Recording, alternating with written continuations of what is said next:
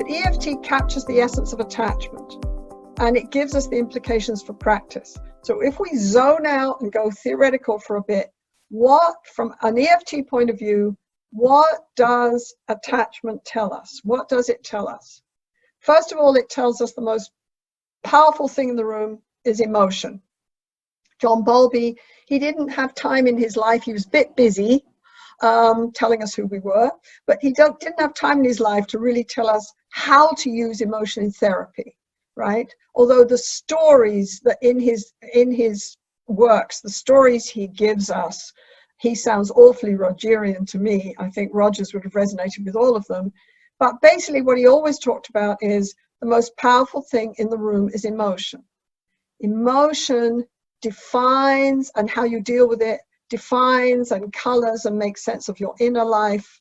Emotion, the music you play, defines and colors how you connect with others. And if you end up feeling alone in life, and perhaps the most basic message of attachment is that our nervous system and just who we are as people, we are not wired to live without emotional connection. We can live without somebody physically being there, but we, just like fish, can't live without outside water.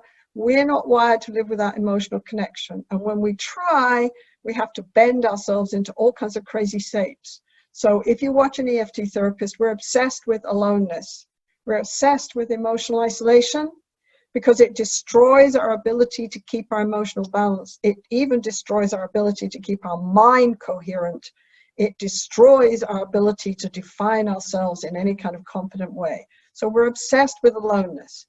So emotion is very powerful. We follow it, we tune into it, we track it, we stay in the emotional channel. When our clients leave, we wait, we're respectful, we join them wherever they are.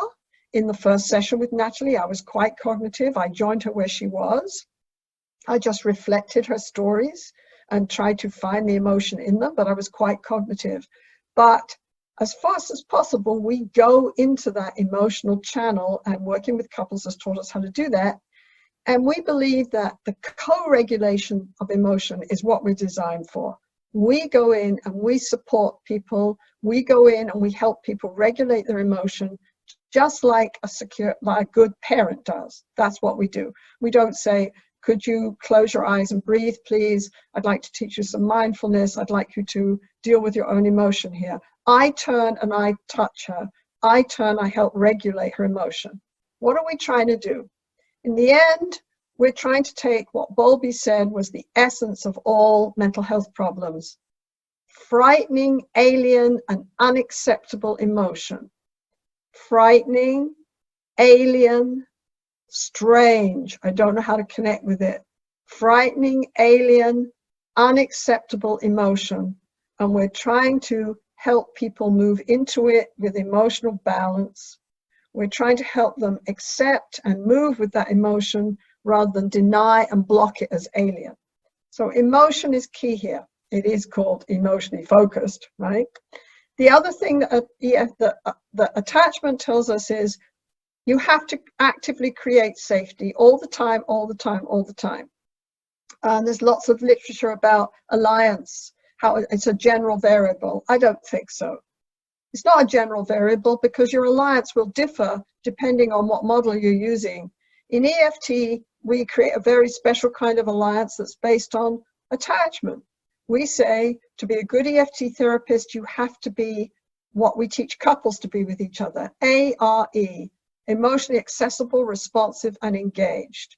So ARE, are you there for me, is the question in couple relationships. It's also the question in therapy sessions.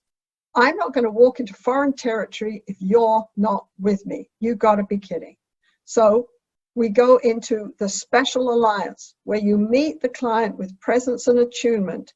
You focus on their personhood and how they put it together, not their problems and their symptoms per se. So we create a special alliance. Okay, then we focus on within and between. We're always going intrapsychic, how a person puts their emotions together, And then we're always going out into how they relate to others and how those two things connect. We focus on the dance and the dancers. When you change the dance with others, you change the dancers. Couples therapy have taught us that. We focus on processes, how that process of emotional regulation and the process of connecting or not with others keeps us stuck and just generates itself again and again, and we start to shift that.